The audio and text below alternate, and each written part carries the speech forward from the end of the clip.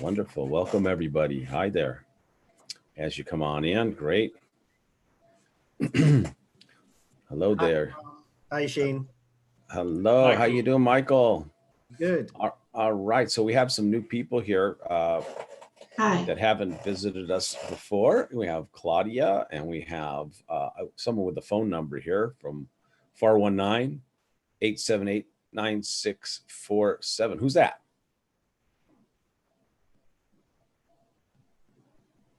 Okay, let me see. All right, maybe they'll come in. He's Dan, muted. what's that? He's muted. Okay, yeah, they're muted, but you can unmute if you want to unmute there. That phone number 419-878-9647 and say hello to us. We'd love to know who you are. And Dan, welcome, Dan. Hi, this is Tammy. Oh, Tammy is your name? Yes, Tammy, are you also? I see there's a Tammy Jackson. Is that you? One of the that's same? me. Okay, Yes, so that's me. you wonderful. Well, welcome. Tell us a little bit. Where are you from? I'm with Triad Technologies in Maumee, Ohio. Oh, wow. What do they do? We are we do pneumatics and hydraulics. Oh, cool. And what do you do there? I am customer service. Outstanding. Hey, you know what? As I always say about that is that when, the definition of being in business is having a customer. And, once you got a customer, you better take care of them. So you've got the main job. So that's great. And we have Dan. Dan, how you doing? You want to say hello? Haven't met Dan yet. You go ahead and unmute yourself, Dan. Okay. Hey, how's it going, guys? What's up? How you doing, Dan? Where are you calling in from? I'm calling in from Charlotte, North Carolina. Oh, very nice. All right. So and what company you with? Spectrum. All right. What you do over there? I'm a tech support person, so I do a lot of quick fixes and troubleshoots and maintain customer relations, calm down a lot of angry people. Oh, okay. That is a talent. I'm telling you, man. Amen, brother. Amen. All right. Well, we're glad to have you here, and I'm so happy that you've come to join us. And we have Claudia. Hi, Claudia. Want to say hello? You can unmute yourself. Sorry. Hi. Hi. Where are you calling in from? I'm from Mexico, but I live in Germany. Oh, wow. I think I say the another Zoom webinar. I live in Germany, and wow. I have a lot of experience in customer service. Wow. Well, welcome here. I love Mexico. I'm originally from Southern California, and we used to go down there all the time, man. I'm a big fan of Mexican food. So, Yeah, I know. Yeah, Mexicans have the best food, I'm telling you. So, I know. all right. So generally how I just explained to everybody is how everything works here is that it's a pretty, we're kind of like a family over here. You'll be able to speak and ask your questions. And Shane here, what he does is he gives over his information. It's a teaching more than a webinar here. And then at the end, we'll have an offer for you that if you guys are interested in, if you're qualified for that offer, we'll explain it to you. And so now you know what the whole procedure is. We're not going to end up here with this big sales pitch. We're basically what we're trying to do is we're trying to be helpful within this particular time period when everybody is, we're all in the same boat basically. So, but yet business has to keep going, and it will.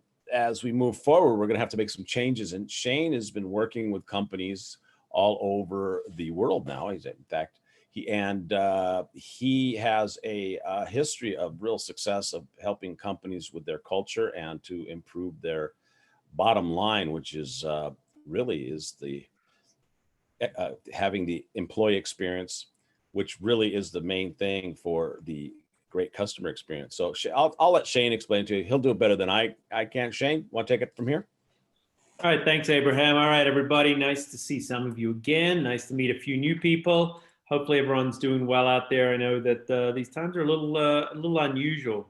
So I really do appreciate you joining us today. So we're going to talk about values today. We're going to talk a little bit about my culture hacker philosophy. and really just talk about how to leverage values. They're really important mechanisms that really drive a lot of things within an organization, or at least should. And when we go out to a lot of organizations and in our research, we really found that it's one of those areas that hasn't been paid enough attention to. So we're going to talk about that today. A little bit about my background, originally a Kiwi. I'm really based out of the hospitality industry. I worked for about 10 years with the Ritz-Carlton in the US and Asia. And then we've been working with different organizations for the last 15 years, obviously in hospitality, but also out of hospitality. A lot of different aviation, automobiles, cruises, retail, residential, financial. And a lot of the work that we've been doing was focused originally around customer experience, journey mapping, and really working to help organizations build a better customer experience strategy. What we've sort of veered towards is that a key part of that strategy has to be your people strategy. And so that's where we've really cut the emphasis about the focus on culture and how some of these different mechanisms really influence culture and how people feel about what they do and who they do it for. So as I sort of said, today we're going to talk about one of the real fundamental mechanisms that I think doesn't get enough attention, and that is values. I want to kind of give a little bit of background into some of the philosophy. Some of you that have been to a couple of these seminars have probably seen this before, but it's kind of important that we reiterate and kind of start at the beginning. And the beginning for me, as I sort of said, was in hospitality with the Ritz-Carlton Hotel Company. And there was this saying that I put up in front of you that we used to talk about every day, and it used to be up on our walls. And it's such a simple one. It's a hospitality axiom. An axiom is a truth. And it says a person with a great attitude will always give great service. A person with a poor attitude will always deliver poor service. And what we were really focused on was understanding that you can have the nicest property, you could have the nicest products, services, food, and all of those things. But if the delivery is by someone with a poor attitude, then they just see the overall service interaction, and ultimately customer experience is poor as well. So this is kind of the foundation of a lot of the things that we ultimately talk about today. Where does that lead us up to? Well, culture is just a collective mindset and attitudes. And so we often talked about one person's attitude and the impact on the guest. But as we started to veer in towards understanding people and researching about employee experience, we started to see a lot of this conversation around culture. And we really wanted to understand more about what culture truly was. And it's about mindsets and attitudes, but it's the collective. What does that mean? It means what the team is ultimately feeling about what they do and who they do it for. We know that some people will just have bad days. Can't help that. But what you want to always ask yourself, and this is something we always asked ourselves as managers, was every day we'd ask collectively, how does our group feel? And it was our job as a manager to make collectively them feel good. And if something was off, we'd work really hard to try and turn that around. I think it's really timely because let's face it, there's a lot of people that aren't feeling too good out there in the world today, a lot of things going on, a lot of unknowns. And so what I sort of have been talking a lot about recently is that it's just so important that we focus on culture, and that as leaders, we step up and really start to understand what we can do to help the collective group feel better at what they do. We think culture is important because, you know, how you feel about what you do and who you do it for, that attitude is really going to manifest itself in the behavior. So, you know, again, how someone performs, how much productivity they do, how well they take care of a customer, that always comes from how they're feeling. And so those behaviors, I think it's important, is that they're really defining the reputation of a company today in our very transparent, social media driven world. You know, and as I said, we did some research with TripAdvisor maybe a few years ago. What was interesting is that when we looked at TripAdvisor feedback, as people talk about their vacations and restaurants and all these things, 73% of that feedback was about employee attitudes or the employees. So it's really important to understand that, you know, when you're talking about customer interactions and customer service, how your employees feels is by far, we think, the most important piece. And understand now that in today's world that it's really impacting your reputation. And as I say, that reputation is your brand, whether you like it or not. So as I said, company culture, this way that people feel is defined by a number of different mechanisms, activities, and managers that the employee comes into contact with. And that's why we've sort of, through our research and experience, we've focused in, there's really 11 or 12 really big sort of mechanisms that we focus in on. And again, a lot of them sort of have listed here. And what we're going to do over the coming weeks is we're actually going to address quite a few of these. Some of you would have joined us for our last webinar, where we actually focused on number 10, leadership. So each of these is kind of a different focus. And what we try to do is, as we address or think about these, is we really look at it from the employee's perspective, things that you might be able to do, use some best practices to help you deliver overall a better experience. And so today we're going to talk about what I always say is the 11th mechanism, and that's values. Even though if you read my book and you see a lot of what I've written about, I would argue that probably value is the first thing that you would focus for in terms of creating a really great culture and delivering an employee experience. And sort of a lot of people sort of look at me like, well, values are usually just a bunch of words. And I think that's the point I try to make, is that in many organizations, values are just some philosophical BS. They're really not treated with the type of respect or the type of focus that they deserve, because as you're going to see today, for me, values is absolutely critical in everything that they do. So values, listen, it defines how work gets done. And I want to really emphasize how. So much of what we do in organizations when it comes to performance is we focus on what gets done. What I'm really interested in is how work gets done. People might get the best scores, or they might be really productive, but if they do it in such a way that ticks everybody else off around them, then that has a negative impact on the collective culture.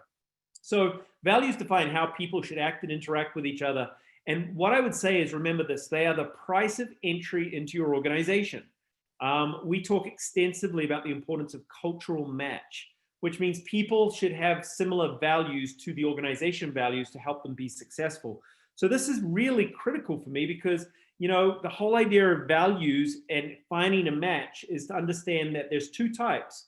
There's what they call the uniquely you values. These are your values, the thing that you hold dear to yourself.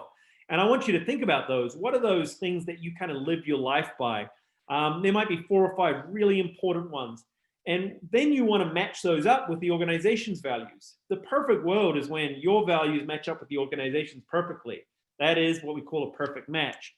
But when it comes to values, it becomes the price of entry. And I would argue the price of exit as well. Meaning values is kind of the should be like that kind of gatekeeper of whether or not how someone gets in, because they're a really good determinant of whether or not someone's going to be comfortable, confident, and successful in your organization. Because it also defines how things get done. I think how is very important.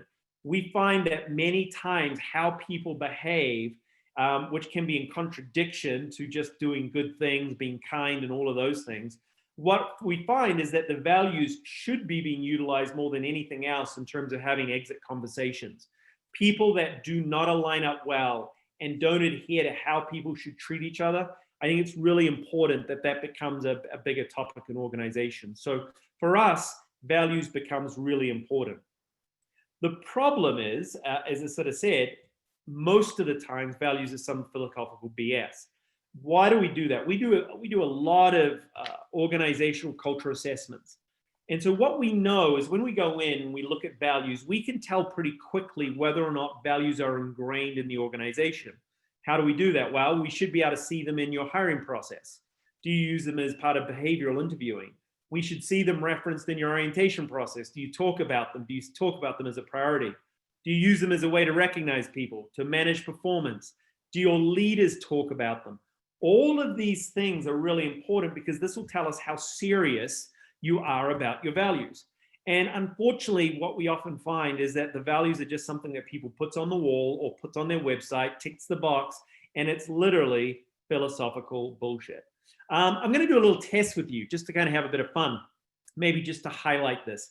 I'm going to put up on a screen, and hopefully you can all see this, and I'll sort of read it out. I'm going to put some company values up on the screen.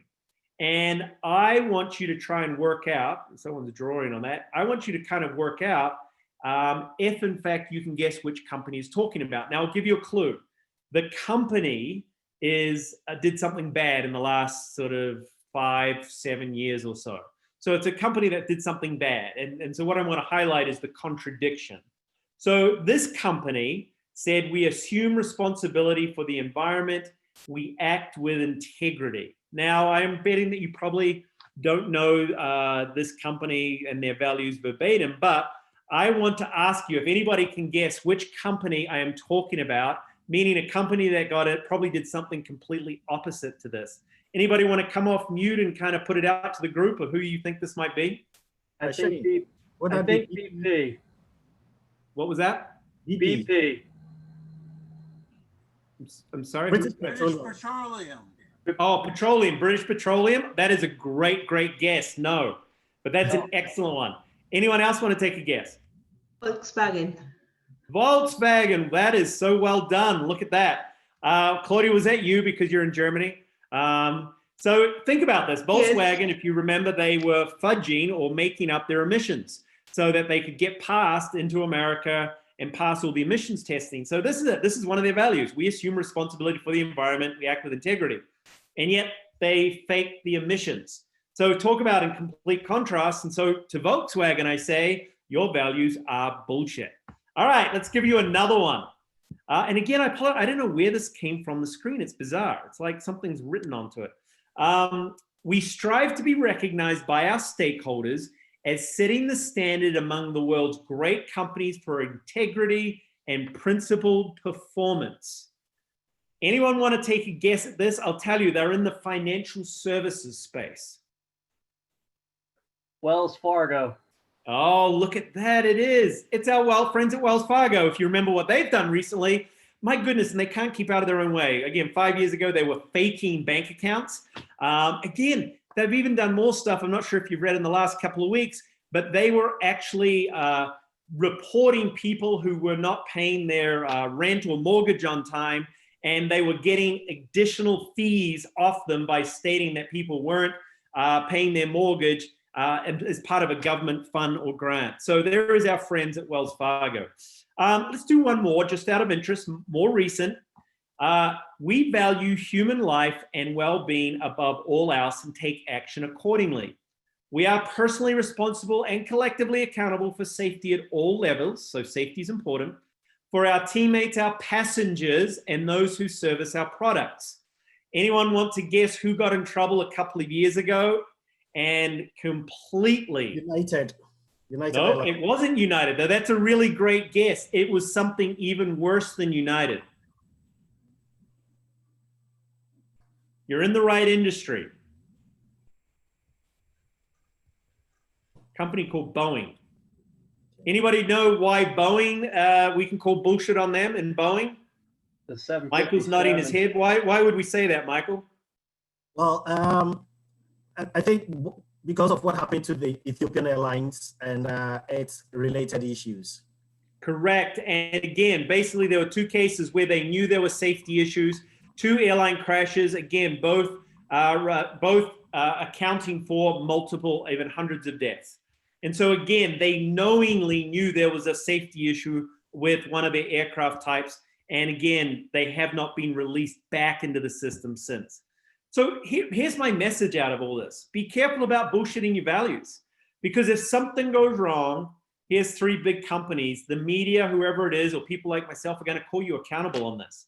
So don't just make them as some philosophical BS, because you cannot do that and have integrity in what you're going to do.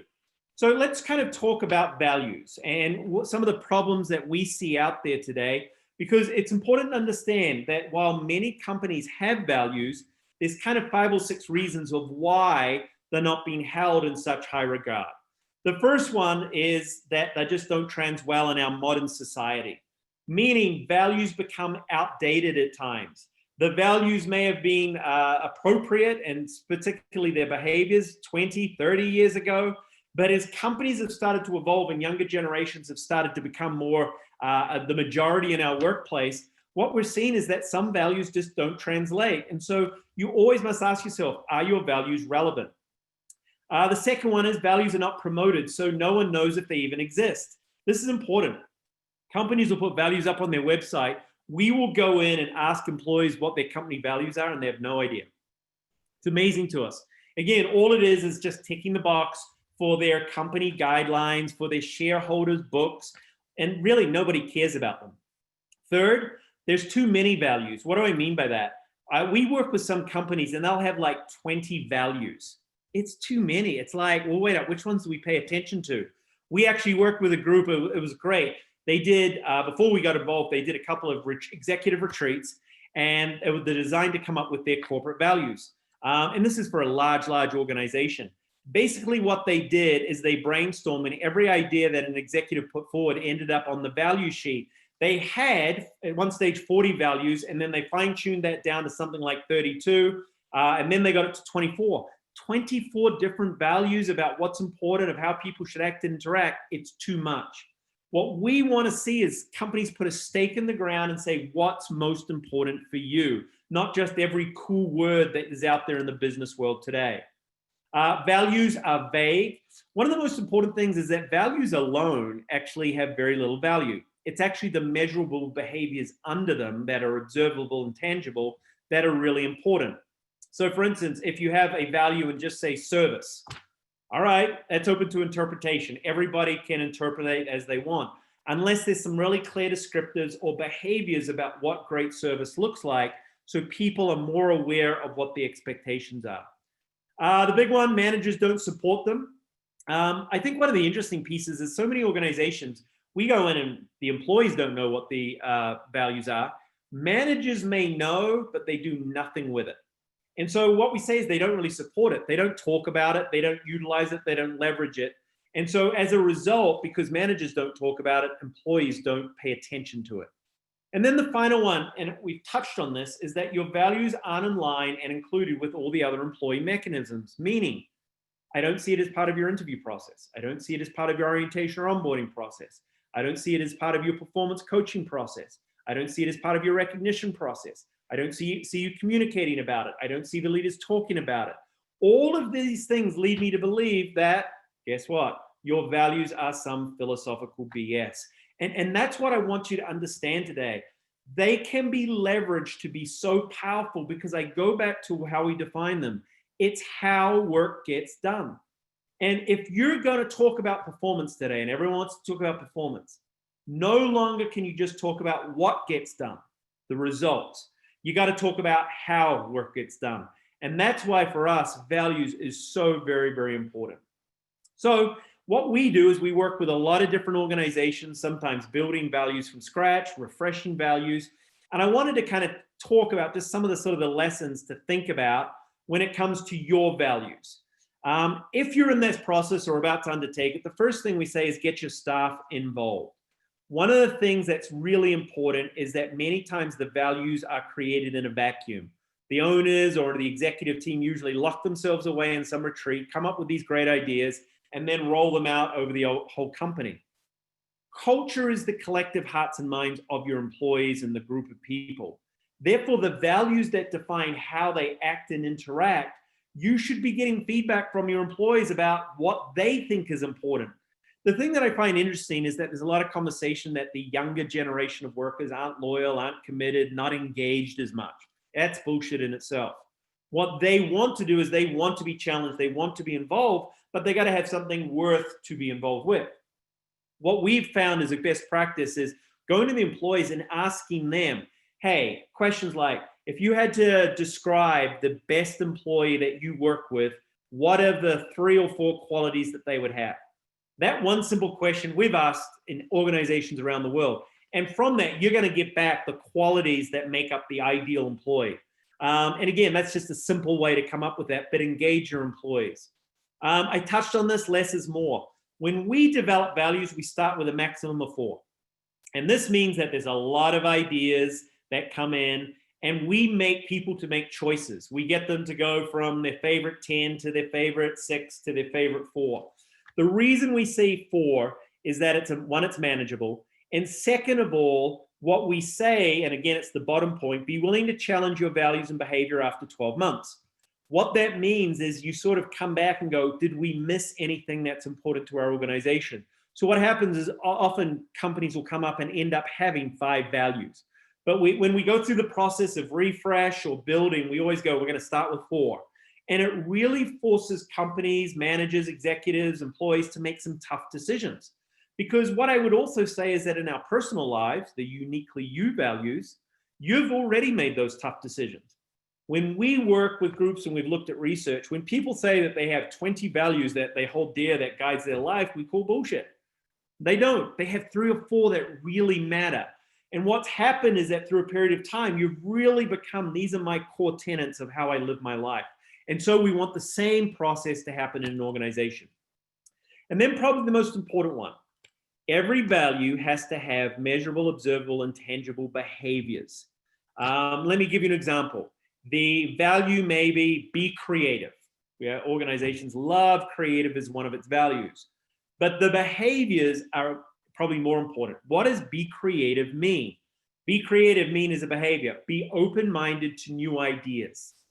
That simple statement, I can tell whether or not Abraham there is open or not to new ideas. He's either open or he shuts them down. So it makes me very easy to come back and say, Abraham, you know, one of our values is about being creative. Well, to be creative, we have to be open to new ideas. And the way that you just shut down Jenny there in that last meeting was really quite disappointing. It didn't adhere to our values. So when you can point to a specific behavior, it's probably the most important lesson when it comes to bringing your values to life. And as we said, be willing to challenge them every 12 months. Just come back and say, hey, are our values alive and well in the organization? Now, we work with a lot of companies. Some of your companies may do a lot of employee satisfaction surveys, pulse surveys. What is fascinating to me is that there are so few companies ask their employees to define the values and ask about relevancy. They're not willing to challenge that important part of the business. So I urge you to think about that. Always, at least every 12 months, ask the question to the employees, are our values relevant? Do they make a difference in your daily workday? And if there was a value that was missing, what should it be? And it's amazing. It gets you feedback. The perfect world is it comes back and they really don't have anything new to offer. That means that's still in a good space. But it'd be amazing how quickly times are changing. And I would suggest in 2020, maybe one of the most important years to go back and ask about your values. Because are your values translating to a virtual or remote workforce, as many of us have been forced into? So great opportunity this year to go look at values. The kind of piece that I will talk about is that, hey, once you have your values, a big part of it where we see a lot of organizations fail is how they introduce them and how they roll them out. So the thing for us is I want you to remember this.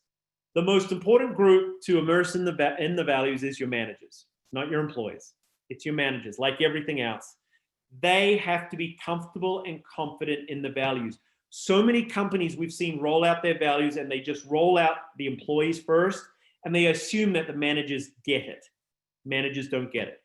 If they're not comfortable and confident in something, know this, they will not get behind it and you need your managers behind it. So when we're rolling out values, a month before the employees even see anything, we introduce it to the managers.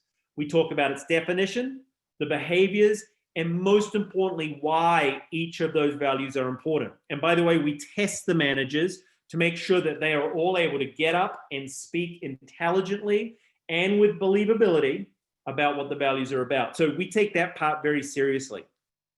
I've touched on this 2 or 3 times. I'm going to reiterate again. For values to have, and again, excuse the pun, value, they must be incorporated into your selection, orientation, performance, coaching, communication, and recognition processes. They need to be alive and well. We just are doing a culture assessment right now of a really cool, totally get it hospitality organization, very high-end luxury, totally get it. And they're very big on values, very big. They have 4 values. It totally makes sense. But as we went through now, we're going through all the other mechanisms. We don't see any behavioral questions that they ask in the interview process. We looked at their performance review. The values aren't mentioned once. We looked at their recognition system. Don't see the values anywhere. So what that tells us, again, is that the values haven't been ingrained and are a part of that everyday life.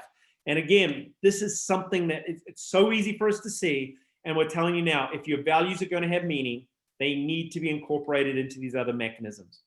And then just remember, when it comes to your employees, develop training and marketing materials to orient employees. One of the things that must happen is if you are rolling out new values, you must put all employees through a reorientation. One, it's a great way to kind of get them excited and kind of take them back to some basics. But it's so important that don't just roll them out in a memo, just don't, kind of put them up on a wall and say, hey, we got new values, everybody go at it. Really focus on some training about how to interact and understand and to see the behaviors displayed for the values that you have. So just a couple of ideas there. remember also that when you're rolling out your values or introducing them, one of the most important things that we say is be ready to explain why.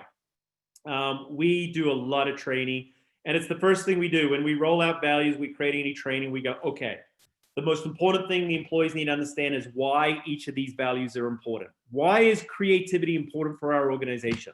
Well, we're a marketing and advertising firm. One of our clients require that of us. It's one of the most important tenets that has allowed us to evolve.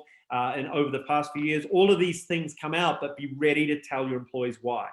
Second, explain what's expected. I often call this why and what. What's expected, and that means explain to them the behaviors by position and use some examples. So when employees go through their onboarding process, you should be able to provide examples of when a value comes to life for that position and say, hey, this is a behavior where that would kind of happen. My creative, and again, it's only because we're working with a huge advertising company on this, so creative is top of mind. But for example, creativity is the value. The behavior is be open-minded to new ideas and suggestions. And as we said, is the behavior. The training that we took them through, or what's expected, is one of the examples was for the sales team, when they are in a meeting with clients, they don't react to a client's idea no matter how dumb it is. Because think about it, we're creative, there is no bad ideas in creativity.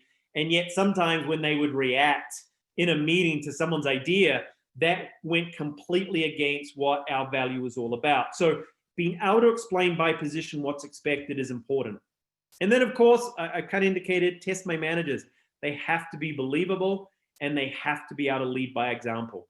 If your values are to truly have credibility, like all things in culture, it often starts with the managers. So keep that in mind. They have to be believable, and they have to be leading by example, which is why we kind of give them that month beforehand to let them adjust any of their behaviors, because here's what happens. You roll out values. The first thing the employees do, I talk about this a lot, they boss watch. They're going to watch the manager, and they're going to say, all right, they just talked to me about creativity. They said I have to be open-minded to new ideas. Wow, I just gave my manager a new idea, and they completely shut me down and said that was stupid.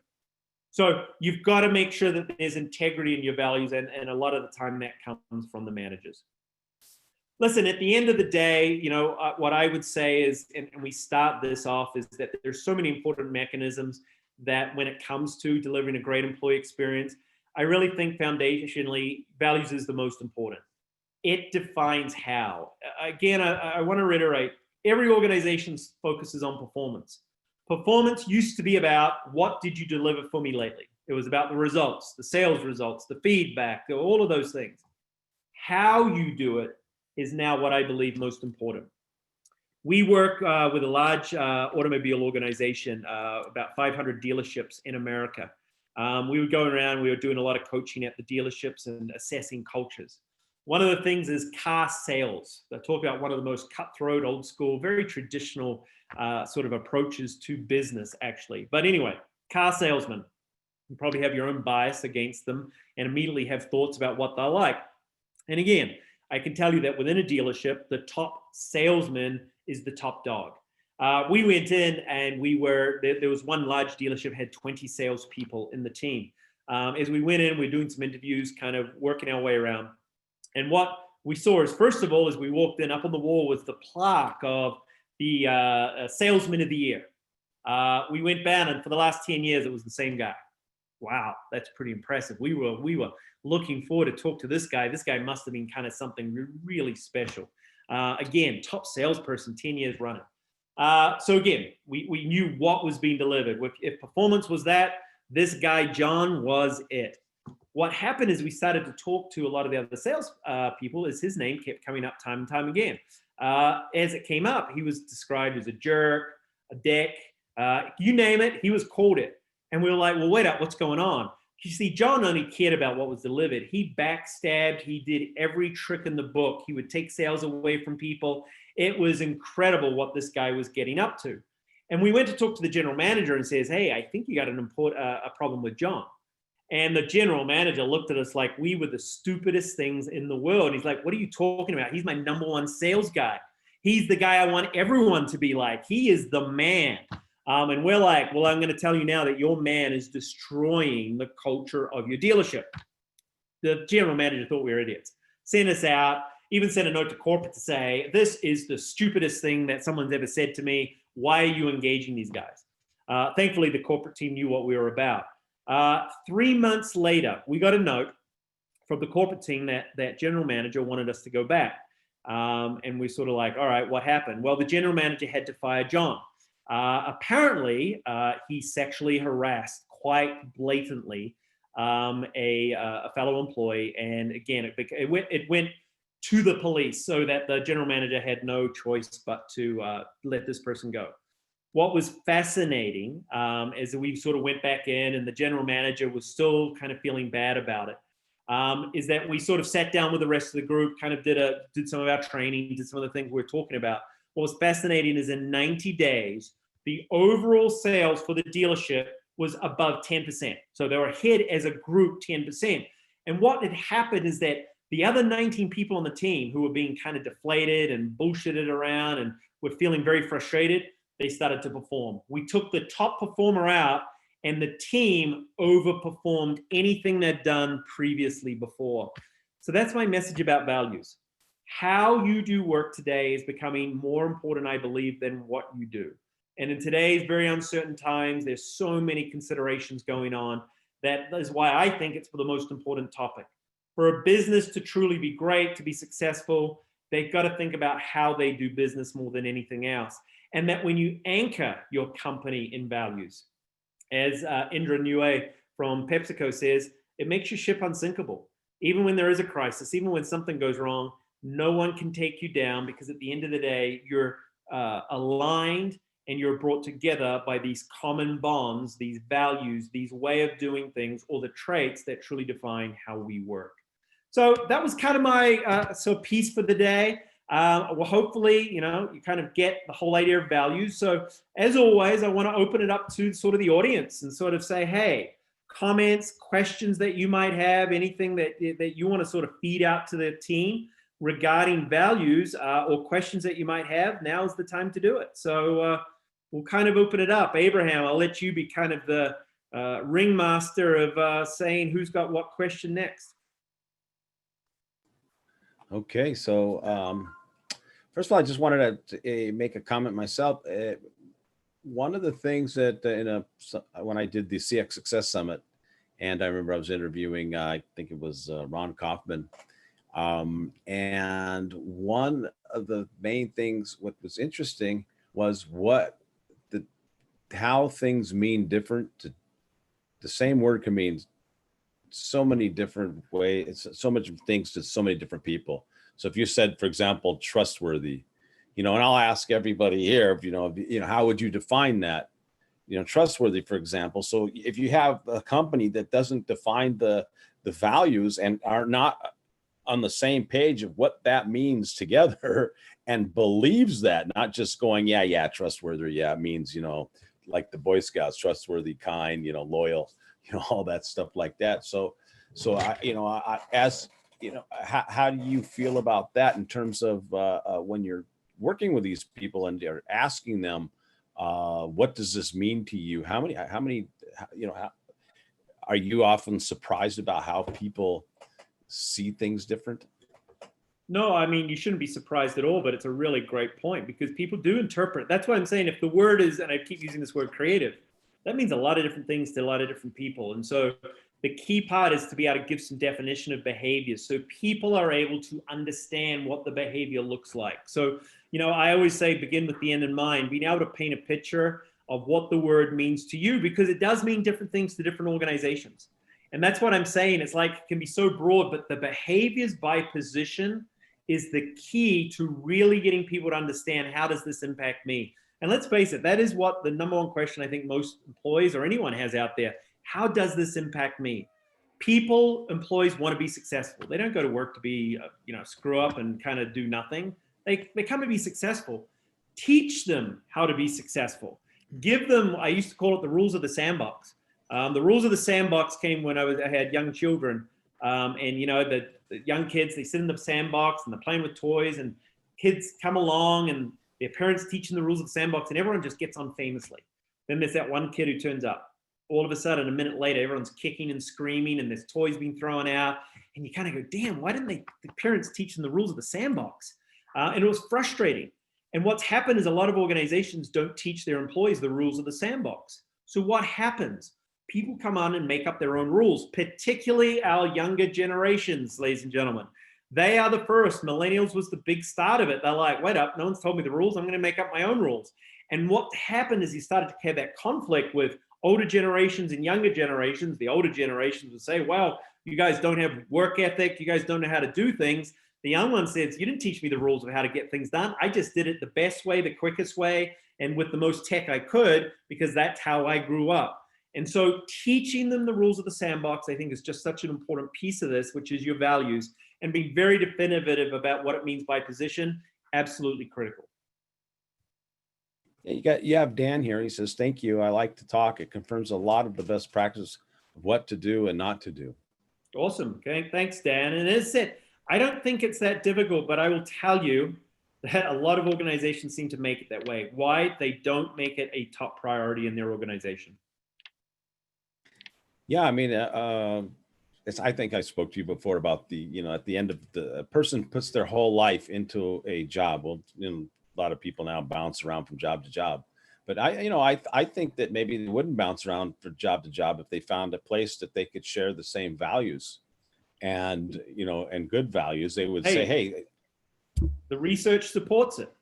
The research says it. What is even more important, young people are coming back to companies. So and that's for a different topic, but don't get upset when young people move on from a job or go to it for a different challenge. But what's interesting is that research is now seeing that people that really align with the values will come back to that company. So listen, this is really important. Our younger generations are aligning. They are doing more of the selecting of where they're going to work than companies are these days. And a big part of it is, does this company have the same values that I do?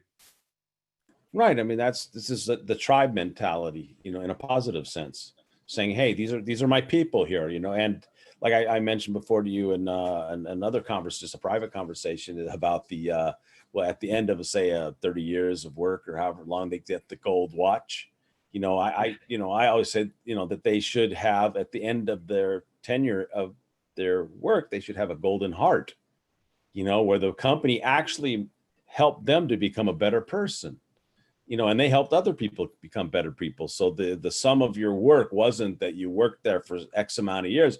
It's the sum of your work is that what kind of a person you became. And that company, that's why culture is so important. And getting in with the right people is because getting with the right culture will make you a better person. It's big. I often think about that with Starbucks.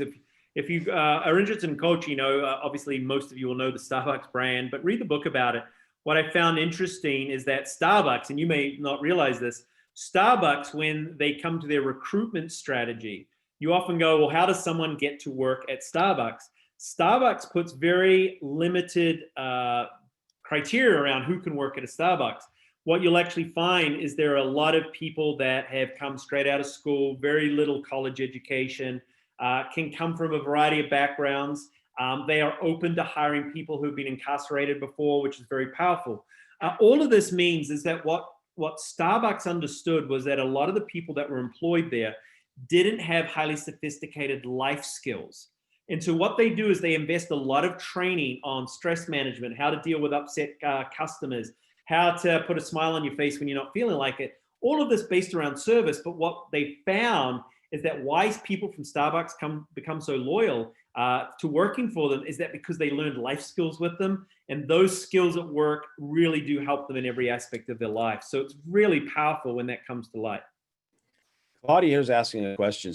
She's asking, how can I support the company values when I think my boss isn't following them? Listen, you're touching on it. That is one of the biggest problems. I already said, managers do not follow the values, and it's a shame. Here's what I would say about that.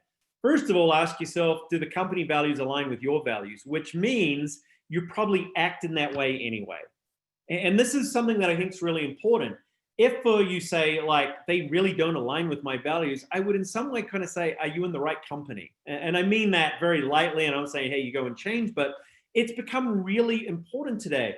The more aligned your values are with your company's values, the more natural you'll be. If you find yourself having to work really hard to be someone that maybe you're not, I would suggest maybe there's a bit of fit out there. What I do know is there are a lot of managers in place today who have been there for a long period of time, who have got away with not making values a priority, who have not really focused on the how. They're like the general manager of the car dealership I talked about. It was really just about what. So the answer to it is, hey, if that is who you are, then just always be true to yourself. And if you're true to yourself and it happens to line up with the company values, you're in a great position. And never let, just because someone around you doesn't adhere to them, to take you away from your values. When you feel very connected with a company, you'll probably feel like their values are your values anyway. So unfortunately, you probably can't do something with that manager. What I would say though, do not let him or her impact the way that you feel about your organization and the values. And by the way, if it comes up, and again, I would go larger and go, how often and how important are values to the other managers, the executives, the owners? Are they exhibiting it, or is it kind of generally that, hey, we have values, but no one in the above the organization really, puts any value behind it? Use the pun again. That's a shame. And that's where you get companies like the Wells Fargos, the VW, Boeing, where, you know what, values are just some philosophical BS, and recognize that. And you know what, people are starting to ask themselves today whether or not that's the company they'd work for. Yeah, it's like we were talking about the CEO, right? Where everyone can be the chief example officer, right? And Yeah. so, we have a couple of new people that came on, and one's going by Galaxy S6. That's the phone. So Yeah, that's yeah, cool. yeah, it's a phone call. And we did earlier, you weren't here, and Julian J, we did, everybody introduce themselves, say hello, because we have a real informal kind of family dinners here type of a situation. So you want to introduce yourself, calling in, Galaxy X6? You mute yourself and say hello. Or Julian, you look like you're about to say something. Hey all, my name is Julian. I'm from India, Bangalore. Oh, very nice. Julian? Yeah, so I am into supply chain industry. So I have a team. I'm a manager. I have a team of 30 members. Basically, we do support EMEA, Europe, Middle East, Africa regions.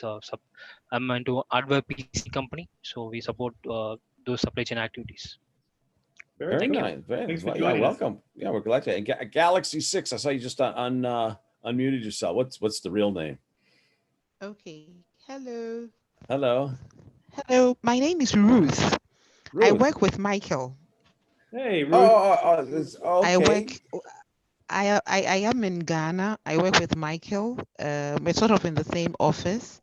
I manage a team of about 14 people, and I found this session very useful because the values is also very big in my company, and I found a few things I can incorporate. So thank you very much. Oh, well, wonderful. Well, you've been on before, Ruth. We remember you. And what do we have Yes, here? I've been on before. Tammy says, thank you so much. I'm very fortunate to be in a company that adheres to their values. You want to talk about that, Tammy? You can go ahead and oh no, thank you. She said no. Okay, all right. It might be one of your values might be just being silent. So that so I can understand that. Well, basically that I think concludes it. Right now, what I'd like to do for those who would be interested is if you want to make some changes in your company, we prepared a particular offer, but it's exclusive for your company if you're US based or North American based or from UK or Canada, and you have 50 or more employees and you are a decision maker or part of that decision maker team. So would anybody here is anybody qualified for that I should present the offer to? So if you say that, say yes, and I'll present it. Otherwise, we can just go back to our lives. So just put in the chat there, just say yes if you want me to present that. If not, then let you guys go back. Or if you have any other questions that you'd like to ask. Okay. So, all right. So that's it then, Shane. You want to you want to, any closing comments? I want to thank everybody for joining us here, and that's All right, it. listen, it's always a pleasure to see everybody. I really appreciate you taking some time to think, develop yourselves, invest in yourselves. And as I said, hopefully we've provided some value in that today. Reach out to us, of course, if you got any questions, always happy to answer those. And as I said, come back, because every week we're going to touch on one of those different mechanisms, very much in the same light, give you some of the high-level overview, some of our research experience, and then give you an opportunity to answer some questions. So hopefully we'll see you again in the next few weeks. Yeah, definitely. And also too, if you, we'd like to let other people know about our webinars we have here going on. And certainly if once you've signed up to our webinars, we send you out a link that you can just simply click. You don't have to re-sign up if those already know. And that also, if you can send us some testimonials about if you're finding value here and you would like us to be able to share that so other people can find value too, and you want to help spread the wealth here, so go ahead and send me an email with that testimonial saying how much you enjoy what we've been doing here for you. We would appreciate that. And That certainly, would be good. yeah, and we would promote that so other people will come and really what we're trying to do here is just make the world a great place to do business with, right? That's what it is, and to work in.